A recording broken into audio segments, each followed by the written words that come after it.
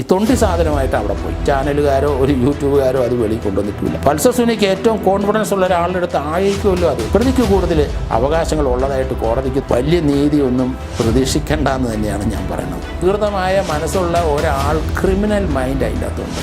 നമസ്കാരം, കേരള ന്യൂസിലേക്ക് സ്വാഗതം. SP ആയ ജോർജ് ജോസഫാണ് ഇന്ന് നമ്മുടെ അതിഥി. ദിലീപ് കേസിനെ സംബന്ധിച്ച് ധാരാളം അഭിപ്രായങ്ങൾ നമുക്ക് പല ചാനലുകളിലൂടെ നമ്മൾ കേട്ടിട്ടുണ്ട്. കൃത്യമായ അഭിപ്രായങ്ങൾ, കൃത്യമായ നിർദ്ദേശങ്ങൾ, വലിയ ബഹളങ്ങളില്ല. അങ്ങനെ ധാരാളം കാര്യങ്ങളെക്കുറിച്ച് സാധാരണക്കാരന് മനസ്സിലാകുന്ന ഭാഷയിൽ മാത്രം സംസാരിക്കുന്ന ജോർജ് ജോസഫിനെയോട് നമുക്ക് സംവാദിക്കാം. അദ്ദേഹത്തിൻ്റെ വീടിൻ്റെ മുന്നിലാണ് ഇപ്പോൾ ഞങ്ങളുള്ളത്. അദ്ദേഹത്തോട് നമുക്ക് സംസാരിക്കാം.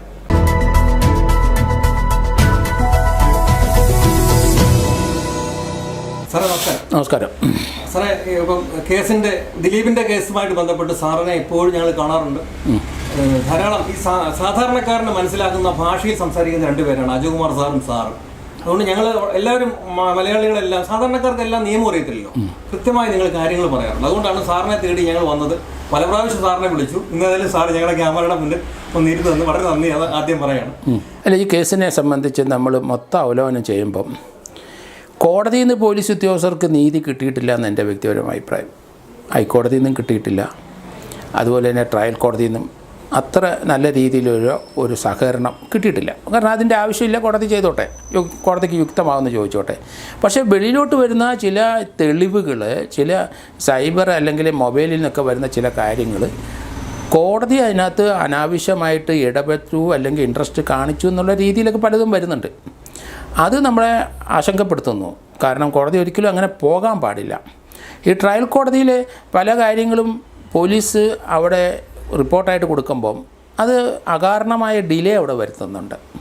അതൊക്കെ കേസിന് വളരെ ദൂഷ്യം ചെയ്യും. ഒന്നാമത്തെ ഹൈക്കോടതിയും സുപ്രീം കോടതിയൊക്കെ ടൈം ലിമിറ്റ് വെച്ച് കൊടുത്തു. സുപ്രീം കോടതി നേരത്തെ ഒരു 26-ാം തീയതി ഡെഡ് ലൈൻ കൊടുത്തു. പിന്നെ ഹൈക്കോടതി അത് ഏപ്രിൽ 15 വരെയാക്കി. അപ്പം പ്രതികൂലമായി ദിലീപിന് ധാരാളം എവിഡൻസ്. ബോംബെയിൽ ഒരു 4 വക്കീലന്മാർ പോയി അവിടെ ചെന്ന് ആ മൊബൈൽ ഫോണിനകത്തെല്ലാം ഡിലീറ്റ് ചെയ്ത് കൊണ്ടുവന്ന് അതിനെ സംബന്ധിക്കുന്ന വളരെയധികം എവിഡൻസുകൾ വളരെയധികം അവരെ ചോദ്യം ചെയ്യും. ആ വക്കീലന്മാരെ ചോദ്യം ചെയ്യും. അതിന് പോയവർ താമസിച്ച് എവിടെയാണെന്നും അവിടെ ഉപയോഗിച്ച ടെക്നോളജി എന്താണെന്നും അതെങ്ങനെയാണ് ഡിലീറ്റ് ചെയ്ത്, ഇങ്ങനെയൊക്കെ ഒത്തിരി കാര്യങ്ങൾ പോലീസ് ചോദിക്കാനുണ്ട്. അത് അത്ര പൊതുജനങ്ങൾ വിചാരിക്കുന്ന പോലെ അല്ലെങ്കിൽ കോടതി കരുതുന്ന പോലെ അത്ര ഡീറ്റെയിൽ ആയിട്ട് പോലീസ് അന്വേഷിക്കുമ്പം സമയം കൂടുതൽ പോകും. ഈ കേസിൻ്റെ ആ കുട്ടിയെ നടിയെ പീഡിപ്പിച്ച ശേഷം അതിൻ്റെ ദൃശ്യമായിട്ട് ഈ 1-ാം പ്രതി പോയത് ഒരു വീടിൻ്റെ മതിൽ ചാടി അകത്ത് പോയി. ആരുടെ വീട്, എന്തിന് പോയി, തൃപ്തികരമായ ഒരു ഉത്തരം ഇതുവരെ ഇല്ല. അവിടെ എന്താണ് നടന്നത്, അതാണ് കേസിൻ്റെ തുടക്കം. ഈ തൊണ്ടി സാധനമായിട്ട് അവിടെ പോയി. അപ്പോൾ അതിനോട് നമുക്ക് അത് ഇതുവരെ വെളി വന്നിട്ടില്ല. ഒരു ചാനലുകാരോ ഒരു യൂട്യൂബുകാരോ അത് വെളി കൊണ്ടുവന്നിട്ടില്ല. ആരാണ് ആ സ്ത്രീ, അവർക്കെന്താണ് ഇതിനകത്ത് റോള്? പൾസർ സുനിക്ക് ഏറ്റവും കോൺഫിഡൻസ് ഉള്ള ഒരാളുടെ അടുത്ത് ആയിരിക്കുമല്ലോ അത് വിളിച്ചിട്ട് ഇതുവരെ വന്നിട്ടില്ല. അത് ഈ കേസിൻ്റെ ഈ അന്വേഷണം ഗതിയെ നിയന്ത്രിക്കുന്ന അല്ലെങ്കിൽ ഡൈവേർട്ട് ചെയ്യുന്ന ഒരു പോയിൻ്റാണ്. പിന്നീടാണ് ലക്ഷ്യയിലേക്ക് പോയി ഇതിൻ്റെ ദൃശ്യം കൊടുത്തത്. അപ്പോൾ ഈ വീട്ടിൽ സ്വാഭാവികമായിട്ട് എന്തോ നടന്നു. ഒറിജിനൽ അതിൻ്റെ ദൃശ്യങ്ങൾ ആ വീട്ടിൽ കാണാം. അതിൻ്റെ കോപ്പി എടുത്തിട്ടായിരിക്കും അവിടെ പോയിരിക്കുന്നത് എന്ന് നമ്മൾ സംശയിക്കും ന്യായമായിട്ട്. അപ്പോൾ അത് എന്താണ് നടന്നതെന്ന് അന്വേഷണ ഉദ്യോഗസ്ഥൻ കണ്ടുപിടിക്കണം. മറ്റു ചില കാര്യങ്ങൾ ഇതിനകത്ത് ഇനി കാവ്യ മാധവനെ ചോദ്യം ചെയ്തേ പറ്റുള്ളൂ. അതുപോലെ തന്നെ ഇതിനകത്ത് ഇനി രാമൻപിള്ള ഉൾപ്പെടെ എൻ്റെ വളരെ സുഹൃത്താണ്, നല്ല അഡ്വക്കേറ്റാണ്. പക്ഷേ അദ്ദേഹം കാണിച്ചിരുന്ന ചില വീഴ്ചകളും മണ്ടത്തരങ്ങളും ഇതിനകത്തുണ്ട്. അദ്ദേഹത്തിൻ്റെ കൂടെ നിൽക്കുന്നവരെ ചോദ്യം ചെയ്തേ പറ്റുള്ളൂ. പ്രതിയാണോ ഇല്ലയോ എന്നൊക്കെ അന്വേഷണ ഉദ്യോഗസ്ഥർ തീരുമാനിക്കും. പക്ഷേ കാവ്യ ഇവരെ ചോദ്യം ചെയ്തില്ലെങ്കിൽ ഇത് ഇൻകംപ്ലീറ്റ് ആവും ഇൻവെസ്റ്റിഗേഷൻ. എപ്പോഴും ഈ കറുത്ത കോട്ടിട്ട ആൾക്കാരിലേക്ക് വിരൽ ചൂണ്ടുമ്പോൾ ഒക്കെ പോലീസിന് വലിയ റെസ്ട്രിക്ഷൻസ് ഉണ്ടാകുകയാണ്. ഇപ്പം തന്നെ ശ്രീജിത്തിൻ്റെ സ്ഥലം മാറ്റം പോലും കറുത്ത കോട്ടുകാരെ നേരെ വിരൽ ചൂണ്ടിക്കപ്പോഴാണ് എന്നുള്ളത് എല്ലാവർക്കും അറിയാം. അവരെന്തൊക്കെ മാർഗങ്ങൾ പറഞ്ഞാൽ ഇപ്പം ആദ്യം തന്നെ ആകുമ്പോൾ ആദ്യം പൾസർ സുനി പിന്നെ ഇത് കൊണ്ടു കൊടുക്കുന്നത് 2 വക്കീലന്മാരുടെ, അമ്പലപ്പുഴയുള്ള 2 വക്കീലന്മാരുടെ പേരിലാണ്. ആ വക്കീലന്മാരെ ഒഴിവാക്കുന്നത് വരെ പ്രോസിക്യൂഷൻ്റെ മറ്റേ അന്വേഷണ ഉദ്യോഗസ്ഥന്മാരെ വെറുതെ വിട്ടേയില്ല. വല്ലാതെ വേട്ടയാടി അവസാനം അവരെ വെറുതെ വിട്ടു. 2 പേര് ശരിയായിട്ടും പ്രതികളാണ്. അവർ ഈ ഹർഷസുനിയുടെ ഈ സാധനം വാങ്ങിച്ച് നശിപ്പിച്ചവരാണ്. അവരും പ്രതികൾ, രണ്ടാമത്തെ മൂന്നാമത്തെ പ്രതികളാകേണ്ടവരാണ്. അവർ പോലും രക്ഷപ്പെട്ടു. അപ്പോൾ ആദ്യം തന്നെ കറുത്ത കൂട്ടുകാർ അവിടെയും രക്ഷപ്പെട്ടു. ഇവിടെ വന്നപ്പോൾ ഈ തെളിവുകളെല്ലാം നശിപ്പിക്കാൻ ബോംബെ വരെ പോയിട്ട് ഈ 4 പേര് പോയി ടീമായിട്ട് പോയി നിന്ന് എന്തൊക്കെയാണ് എല്ലാ ഫോണിലേക്കും ഓരോ ആളായിട്ട് വെച്ച് പോയി എല്ലാം ഡിലീറ്റ് ചെയ്ത് വന്ന് അങ്ങനെ തെളിവ് നശിപ്പിക്കാൻ വരെ കൂട്ടുനിന്ന്. അല്ലാതെ തന്നെ സാഗറിനെ വഴിമാറ്റാൻ ആലപ്പുഴ പോയി അവിടെ റൂമെടുത്ത് താമസിച്ച സാഗറിനെ വഴിമാറ്റി വന്നിട്ട് ഇത്രയൊക്കെ തെളിവുകളും ഒക്കെ നശിപ്പിക്കുകയും സാക്ഷികളെ കൂറുമാറ്റും ഒക്കെ ഇങ്ങനെ നഗ്നമായി നമുക്ക് കാണാവുന്ന രീതി ചെയ്തു വെച്ചിട്ട് അവരൊക്കെ ഇപ്പോൾ രക്ഷപ്പെട്ടു പോവുക. എന്താ സാർ ഇവർക്ക് എന്താ പ്രിവിലേജ്? ഇവരുടെ പ്രിവിലേജ് എന്താണ് ഇവർക്ക് മാത്രമായിട്ടൊരു പ്രത്യേകത? ഇവർക്ക് പ്രത്യേക നിയമങ്ങളുണ്ടോ? പ്രിവിലേജ് ഏതായാലും പലതരത്തിൽ അവർക്ക് കിട്ടിക്കൊണ്ടിരിക്കുന്നു. പണമുള്ളവനെ ഒന്നും തൊടാൻ പറ്റില്ല എന്നാണ്. പണവും ശക്തിയും അധികാരവും അതിനുള്ള സംവിധാനവും ഉള്ള ഒരാളൊരു കുറ്റം ചെയ്താൽ അതിലോട്ട് അടുക്കാനായിട്ട് വലിയ ബുദ്ധിമുട്ടാണ്. പല രീതിയിലുള്ള എതിർപ്പുകൾ വരും. അത് രാഷ്ട്രീയമായിട്ട് വരും. അതുപോലെ തന്നെ കോടതിയിൽ നിന്ന് പറയുന്ന രീതിയിലുള്ള നീതി കിട്ടുന്നില്ലെന്ന് ഈ കേസ് കൊണ്ട് നമുക്ക് മനസ്സിലായി. അപ്പോൾ എന്താണ് ഒരു സാധാരണക്കാരന് നീതി കിട്ടാൻ മാർഗം എന്ന് നമ്മൾ ചിന്തിച്ചു തുടങ്ങും. മറ്റൊന്ന്, സാധാരണക്കാരനൊക്കെ കാര്യം പെട്ടെന്ന് ക്വിക്കായിട്ട് കോടതി എടുത്തിട്ട് ആ സാധാരണക്കാരൻ അകത്തോട്ട് പോകുന്നതായിട്ടാണ് എനിക്ക് തോന്നുന്നത്. കാരണം ഇവിടെ നമ്മൾ നോക്കിക്കോളൂ, ഹൈക്കോടതിയിൽ ഞാൻ പറയുന്ന ഒരു കാര്യമുണ്ട്. 29-ാം തീയതി 7 മൊബൈൽ ഫോൺ ഹാജരാക്കാൻ പറഞ്ഞിട്ട് ആ ഫോണ് കൊടുക്കാതെ ബോംബെ കൊണ്ടുപോയി അതിൻ്റെ കണ്ടൻസ് റിമൂവ് ചെയ്ത ശേഷം 31-ാം തീയതി കോടതി കൊണ്ട് കൊടുത്തു. കോടതിയെ പറ്റിച്ച് കോടതിയുടെ മുമ്പിൽ ഒരു ക്രൈം ചെയ്തിരിക്കുകയാണ്. അതിന് എന്ത് നടപടി ഹൈക്കോടതി എടുത്തു എന്നാണ് ഞാൻ ചോദിക്കുന്നത്. ഹൈക്കോടതി എടുത്തേ പറ്റുള്ളൂ. കാരണം ഒരു മുൻകൂർ ജാമ്യത്തിനൊക്കെ ഹൈക്കോടതി നമ്മളാരെങ്കിലും കൊടുത്തു കഴിഞ്ഞാൽ 15 മിനിറ്റിൻ്റെ കാര്യമുള്ളൂ. ഒന്നെങ്കിൽ കൊടുക്കും അല്ലെങ്കിൽ തള്ളും. 30-31 ദിവസം വരെ ഹൈക്കോടതിയിൽ അത് മാറി പോസ്റ്റ് ചെയ്തു. ആ 31 ദിവസവും പോലീസ് ഉദ്യോഗസ്ഥൻ ഹൈക്കോടതി പോയി നിൽക്കണം. അത്രയും ഡിലേ വരുന്നില്ലേ? കേസിൻ്റെ സമയം പോകുന്നു. അത് കോടതി ചിന്തിക്കുന്നില്ല. കോടതി പോലീസിന് അന്വേഷിക്കാനുള്ള ഒരു സാവകാശം കൊടുക്കണം. അന്വേഷിക്കാനുള്ള അവരുടെ അധികാരത്തെ കോടതി തടയരുത്. ഇവിടെ നടന്നിരിക്കുന്ന അതാണ്. സ്വതന്ത്രമായി അന്വേഷിക്കാനുള്ള അധികാരം ഒരു കോടതിക്കും പോലീസിൻ്റെ ഇൻവെസ്റ്റിഗേഷനകത്ത് കയറാൻ കഴിയില്ല. അത് ഹൈക്കോടതി ആയാലും ശരി, ട്രയൽ കോടതി ആയാലും സുപ്രീം കോടതി ആയാലും ശരി, പോലീസിൻ്റെ ഇൻവെസ്റ്റിഗേഷനകത്ത് തൊടാൻ കൂടി അവർക്ക് അവകാശമില്ല, അധികാരമില്ല, നടക്കില്ല. സ്വതന്ത്രമായ അന്വേഷണം നടത്താൻ ഒരു അന്വേഷണ ഉദ്യോഗസ്ഥനാണ് അധികാരം. അങ്ങേരെ അതിനകത്ത് എന്തെങ്കിലും തെറ്റ് കാണിച്ചിട്ടുണ്ടെങ്കിൽ കോടതിയിൽ അതിൽ വരുമ്പം അന്ന് അവർ കണ്ടുപിടിക്കട്ടെ, അങ്ങേരെ പണിഷ് ചെയ്തോട്ടെ. പക്ഷേ ഇൻവെസ്റ്റിഗേഷന് ഓരോ സന്ദർഭത്തിലും തടസ്സം നിൽക്കുന്ന രീതിയിലുള്ള ഉത്തരവുകൾ ആരെങ്കിലും പ്രതി കൊടുത്താൽ അത് ഡിലേ ആക്കുന്നതൊക്കെ കേസിനെ ബാധിക്കും. ഇതായത് ടിപ്പിക്കൽ കേസുകളാണ്.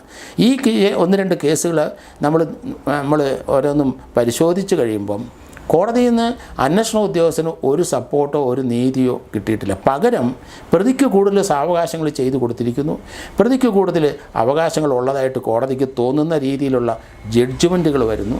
ഇതൊക്കെ നമ്മളെ ആകുലപ്പെടുത്തുന്നു, സാധാരണക്കാരനെ വേദനപ്പെടുത്തുന്നു എന്നാണ് പറയുന്നത്. അതുകൊണ്ട് ഈ കേസിനകത്ത് എൻ്റെ ഒരു കാഴ്ചപ്പാടിൽ വലിയ നീതിയൊന്നും പ്രതീക്ഷിക്കേണ്ടെന്ന് തന്നെയാണ് ഞാൻ പറയുന്നത്. ഈ വിക്ടിമിനെ സംബന്ധിച്ചിടത്തോളം വിക്ടിമിൻ്റെ പാർട്ട് കൃത്യമായി നിർവഹിക്കുന്നുണ്ടോ? ഇത്തരം ഇവിടുത്തെ മലയാളികളടക്കം എല്ലാവരും ഞങ്ങളുടെ ഫോണിലേക്ക് വിളിച്ചിട്ട് കാര്യങ്ങൾ ചോദിക്കുകയാണ്. അവരുടെ ഒരു ആവേശമോ അവരുടെ ഒരു ഉത്തരവാദിത്വമോ അവർക്ക് ഇതിനെക്കുറിച്ചുള്ള ജിജ്ഞാസയോ ഈ വിക്ടിമിന് ഉണ്ടോ എന്ന് എനിക്ക് സംശയം തോന്നുന്നുണ്ട്. സാറിന് എന്ത് തോന്നുന്നു? അത് നമ്മൾ പറയാൻ, ആ കുട്ടിയെ നമ്മൾ ആരും കാണാത്ത സങ്കല്പിക്കാത്ത രീതിയിലുള്ള പീഡനമാണ്. അത് വേറെ വല്ല സ്ത്രീകളായിരുന്നു ആത്മഹത്യ ചെയ്തു പോയേനെ. ഈ കുട്ടിയും അത് സർവൈവ് ചെയ്തു.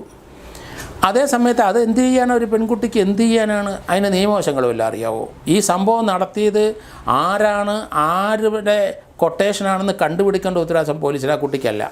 അതിന് ചെയ്യാൻ പറ്റുന്നതൊക്കെ ചെയ്യാനൊക്കെ ഉള്ളൂ.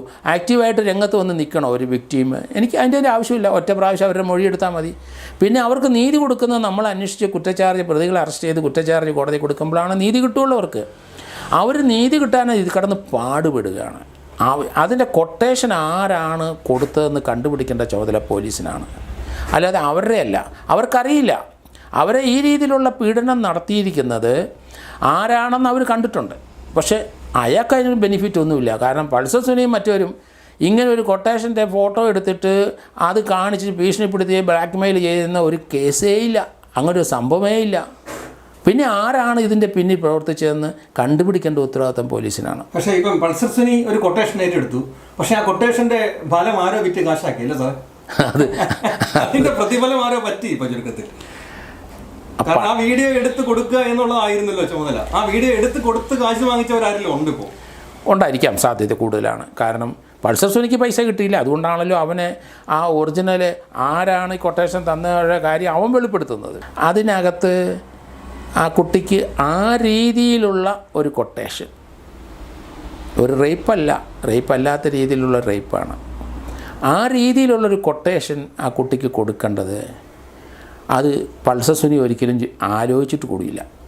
അത് കൃത്രിമമായ വികൃതമായ മനസ്സുള്ള ഒരാൾക്ക് മാത്രമേ അത് വരുള്ളൂ. ഞാൻ ദിലീപിനെ എൻ്റെ വീട്ടിലുള്ളവരെല്ലാം ദിലീപിൻ്റെ സിനിമയുണ്ട്, ഇപ്പോഴും സിനിമ കണ്ട് ആസ്വദിക്കുന്നതാണ്. പക്ഷേ ഓരോ സിനിമയും നോക്കിക്കോ ഒരു ക്രിമിനൽ മൈൻഡ് അതിൻ്റെ അകത്തുണ്ട്. ഓരോ സിനിമയും നോക്കിക്കോ ക്യാരക്ടറെല്ലാം അങ്ങനെയാണ്. കൃത്രിമം ഫ്രോഡ് അങ്ങനെ നടത്തുന്ന പുള്ളിയുടെ ഓരോ സിനിമയും നോക്കിക്കോളൂ. ആ ഒരു എലിമെൻ്റ് തന്നെയാണ് ഈ കേസിനകത്തും വന്നിരിക്കുന്നത്. പ്രസ്താവന നടത്തിയത് അവർ ക്യാമറയ്ക്ക് മുന്നിൽ ഇരുന്ന് പറഞ്ഞു, അവരെ ഒരു പ്രാവശ്യം അവർ അല്ലെങ്കിൽ സെക്ഷൽ അസോൾട്ട് നടത്തി. പക്ഷേ കോടതിയിലെ 8 വക്കീലന്മാരും അതേ രീതിയിലുള്ള കാര്യങ്ങൾ ചോദിച്ച് അവർ മാനസികമായി വിഷമിച്ചൊരു സ്ത്രീയാണ്. അപ്പോൾ ആ ഇൻ ക്യാമറ പ്രൊസീഡിങ്സ് ആണെന്ന് പറയുകയും ആ കോടതിയിലെ 8 വക്കീലന്മാരും അവരുടെ ജൂനിയർ 10-34 പേരോളം കോടതിക്കകത്ത് ഉണ്ടായിരുന്നു. അത് ഇൻ ക്യാമറ പ്രൊസീഡിങ്സ് ആണോ? ഇൻ ക്യാമറ പ്രൊസീഡിങ്സ് എന്ന് പറഞ്ഞാൽ വിക്ടിം മാത്രമേ ഇരിക്കണം. വിക്ടിമിൻ്റെ പ്രതിയുടെ വക്കീലന്മാർ ഓരോ പ്രാവശ്യം ചോദിച്ചു കഴിഞ്ഞാൽ അവർ ഇറങ്ങിപ്പോണം. അവർ ആൾക്കൂട്ടം പോലെ അവിടെ ഇരിക്കാൻ പാടില്ല. അതൊക്കെ കോടതിയാണ് നിശ്ചയിക്കുന്നത്. നമ്മൾ ആ കോടതിയിലെങ്ങാനും ഇരിക്കുകയാണെങ്കിൽ നമ്മൾ അങ്ങനെ കാണുള്ളൂ. ഒരു ഇൻ ക്യാമറ പ്രൊസീഡിങ്സിന് അർത്ഥം അതാണ്. അവിടെ അതെല്ലാം നടന്നതെന്നാണ് അവർ പറയുന്നത്. അതുകൊണ്ട് അവർക്ക് നീതി കിട്ടാൻ വളരെ ബുദ്ധിമുട്ടാണ് ഈ കേസിന്. അത് പോലീസ് ഏത് രീതിയിലുള്ള ഇൻവെസ്റ്റിഗേഷൻ നടത്തിയ അന്വേഷണം കുറ്റമറ്റ ഒരു കുറ്റച്ചാർജ് കോടതി കൊടുത്താലും തീർച്ചയായിട്ടും ഈ കേസ് വിട്ടുപോകും എന്നാണ് എൻ്റെ മനസ്സ് പറയുന്നത്. കൂടുതൽ വാർത്തകളും വിശേഷങ്ങളും നിങ്ങൾക്ക് ലഭിക്കാൻ കേരളീയം ന്യൂസ് സബ്സ്ക്രൈബ് ചെയ്യുക. കൂടെ ബെൽ ബട്ടണും അമർത്തുക.